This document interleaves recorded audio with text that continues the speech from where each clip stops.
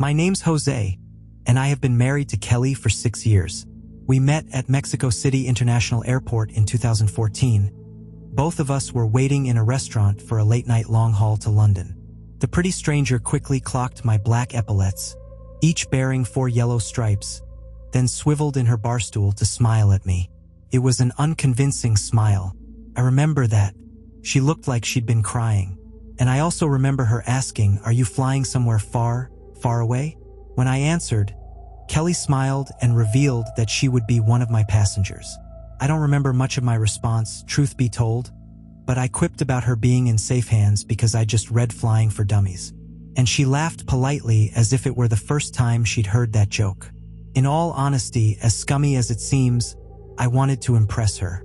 She captivated me. I still remember every last thing she said, even after all of these years. Oddly, however, I only have fuzzy memories of my own words.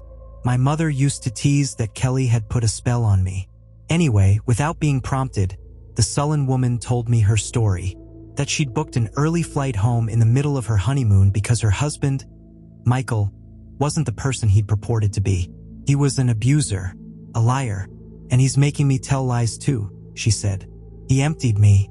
That bizarre and unsettling choice of words would ring in my head for the next decade. And only yesterday, after finding and watching that cursed tape, did I finally understand what Kelly meant. I think 10 years ago, she might have been warning me to stay away from her. I think that had been a glimpse of the real Kelly, but I'm not making sense. Let me explain. Everything could have ended with that conversation. We could have parted ways. I wish we had, but I was compelled to see Kelly again. I know that's awful. It's not a habit of mine, falling for a married woman. I just felt something indescribable, something I now realize may not have been butterflies at all. I had a week in London before the return flight to Mexico. During those 7 wonderful days, I frequently met up with Kelly at her hotel, said that I had to check on her. She was too frightened to return to her hometown in Cambridge, as she believed that Michael would be waiting for her. And she ignored my pleas to report everything to the police, which I'll admit seemed strange even at the time. We quickly formed a bond, and things didn't end when I returned to Mexico. I visited Kelly every time I flew to England. After she moved to Brighton, a month later, I started taking the train to her new apartment. Believe it or not, I once took a short-haul flight from Paris to London just to see her. A year later, when our relationship inevitably became something more, I'd already made the decision. I wanted to move to England to be with her. I'd been training to become an airport technician, and I secured a job at Heathrow in late 2015. By early 2017, Kelly and I had bought a house together. In 2018, we got married. I'm obviously fast-forwarding through the ins and outs of our relationship, but Reddit isn't built for essays, is it? I'm here to tell you what I found yesterday morning whilst tidying a storage cupboard. Kelly's clusterfuck of clutter, as I like to call it, came tumbling out of the open door and washed over my feet.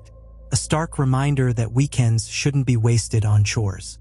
If I'd been relaxing on the sofa, I might not have discovered what I discovered.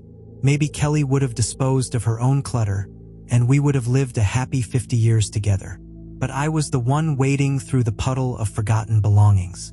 And what caught my eye during the tumble was a camcorder, surfing atop the junk heap, which spilled out of its bag, landed at my feet. I picked it up and chuckled. I knew Kelly and I were old, but not that old. I had no idea she owned such a relic. And curiosity got the better of me, obviously. Who wouldn't want to check the contents of a spouse's dusty tape locked away for who knows how many decades? When I plugged in the device to charge it, an error message displayed on the ancient screen. I thought I'd been thwarted by tape or hardware degradation. But I fixed everything, unfortunately, by cleaning out filth from the tape slot. Then I rewound the recording and pressed the play icon. The white, pixelated text read, October 9th, 2014. For Americans, that's September 10th, 2014. And I quickly realized that was a week before I first met my wife. Everything slotted together horribly when Kelly stepped out of a hotel bathroom in wedding lingerie.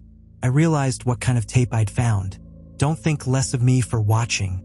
It wasn't like that.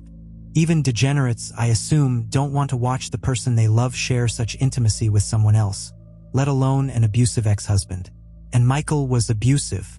Kelly wasn't lying about that, but she'd only ever told me fragments of the story. So, even though I expected a raunchy sex tape, I wasn't watching for that reason. My eyeballs weren't springing from their cartoon sockets. Well, okay, I was watching the video keenly, but fear rendered me wide-eyed. Not lust. I just knew that something was wrong with the hotel room. The only natural thing in the footage was Kelly. And as I watched my wife sprawl across the bedsheets, waiting for her filming husband to join her, I eyed the room's cream-colored walls. I didn't give a rat's rear about the interior design, but something hidden in the paint made me sick. You wouldn't understand unless you'd seen the video for yourself. Then something in my head started to ache sharply, much like a migraine brewing behind my sockets. But it wasn't that. It was a painful urge which prompted each of my squeaking eyes to twist. I looked, without even wanting to look, at the edge of the screen, searched for something that was only just beyond both the border of the video and Kelly's vision. I wanted to scream at the younger version of my wife as she lay still, as she watched Michael with caving dimples and a provocative grin. I wanted to scream at her to run, though I didn't know why I wanted to do so. That was the most terrifying thing of all. I didn't fear the obvious horror of watching my wife and her ex make love. I feared something else in the room, something I didn't understand. "Get rid of that camera," Kelly whispered, before wagging her index in a come-hither motion. Michael's heavy breathing was not the breathing of a lustful man. It was the labored breathing of something hungry. Hungry in a way that neither food nor sex could satiate. "We need to preserve this moment," Michael said. Kelly rolled her eyes. "Is that right?" In response, the man stopped breathing, and my wife's face changed. Her sultry smile morphed into not a frown, but downturned lips. Lips hanging open in the same horrified expression that I must have been wearing whilst watching the tape. Michael hacked as if bringing up a hairball, then promised, "I'll put it down." He placed the device on the dressing table and walked over to the bed. But Kelly did not thank him.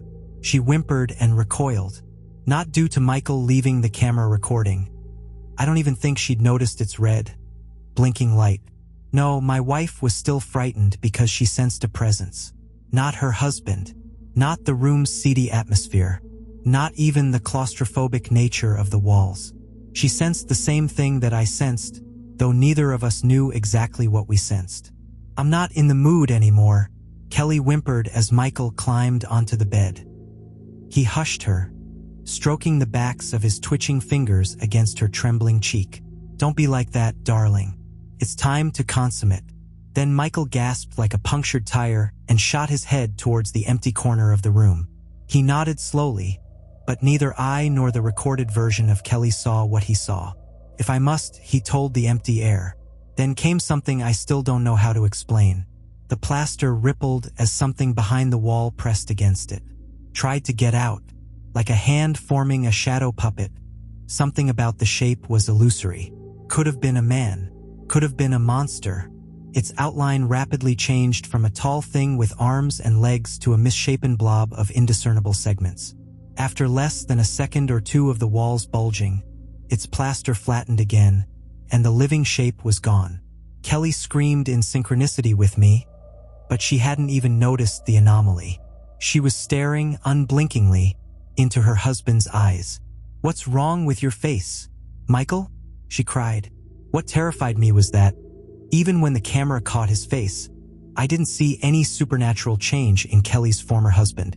Didn't see anything other than a very human man. One with an unkind smile and dead eyes, perhaps, but still a man. However, Kelly saw something. Something I didn't. Still, all of that pales in comparison to what happened next. Michael thrust his hand into Kelly's open mouth, prompting her eyes to open just as widely. Her husband's whole forearm plunged into her jaws, muffling her series of screams. Then my wife wriggled and squirmed as Michael propelled his upper arm down her throat, pushed deeper and deeper until his shoulder met her lips. Another impossibility followed, one that I still don't know how to put into words. Michael pulled his arm out of Kelly's mouth, and when his fingers resurfaced, they were holding something. Not my wife's innards, not the innards I had expected, at least. There wasn't a speck of blood on the man's hand, but a wet, translucent film. It looked a little like either saliva or lubricant. But, again, that wasn't what horrified me. Michael's fingers were clutching the hair of a human head. A head sitting at the top of Kelly's throat, like some wretched birthing canal. My wife's lips opened unimaginably wide, as did mine. I gawped in incomprehensible horror. She gawped simply to make room for that adult head to emerge, then gawped wider to free a set of shoulders and a torso. I uttered an entirely silent scream, believing that, if I were to produce even the tiniest sound, something from within that footage would hear me in the future. But a slight whimper escaped once I'd identified the head. It was Kelly. A cloned version of Kelly was climbing out of her lips. Some fleshy Russian doll. That younger version of my wife was birthing an exact replica of herself. And the clone was screaming too, for it didn't ask to be born. The original Kelly's skin started to crinkle, crease, and shrivel into something smaller. The clone undressed, shed her former skin, reduced the original Kelly to a silky dress that dropped onto the duvet. Then the clone, the new Kelly, fell into Michael's arms, and she eyed the empty skin suit beside her. She may have been screaming through those open lips, but a white sound was drowning all other noises, a prickly static that dug into my flesh. That maddening racket was accompanied by a gangly shadow moving across the wall of the hotel room's entryway. A shadow with the vague appearance of a man. But the tape cut out before the stranger came into view. Hard on my tongue, I hurriedly thrust the camera back into the bag and tossed it against the back wall of the cupboard. And mere moments later, there came the sound of my wife's car pulling into the driveway. So I tried to compose myself, tried to forget the hellishness I had just seen on her old wedding tape. I looked out of the window at the driveway, but she wasn't in her car. And when I turned back to the kitchen doorway, I screamed. There Kelly stood, hounding me with blank eyes and tight lips, with a face horribly white, yet no whiter than usual. I realized I was simply seeing her true self. It had only taken me 10 years to open my eyes. How did you come indoors so quietly? I tried to ask, though nothing but a series of hoarse whispers sounded. José, Kelly began, before lifting the camera bag she'd inexplicably acquired. We were meant to be decluttering, darling. Why would you want to hold on to this? I tried to answer, but I was startled by my wife's sudden step towards me. A solitary step, followed by a gasp and a jolt, much like her ex-husband in the video. Then Kelly looked towards an unoccupied corner of the kitchen and said, "If I must." Upon hearing that echo of Michael's haunting words, I ran, barged past my wife, who seemed either unprepared or unbothered by my escape. I ran out of the house, leapt into my car, and drove away from my life. I've been on the road for more than a day, stealing bursts of sleep in service station car parks. It's currently 2 in the morning, and I was just woken by the sound of white noise. Not from a playing videotape, but from the world around me. That static drowned everything for one horrendous minute. I didn't want to look out of my driver's window, but there also came that familiar strain behind my eyes, a coded warning from my brain.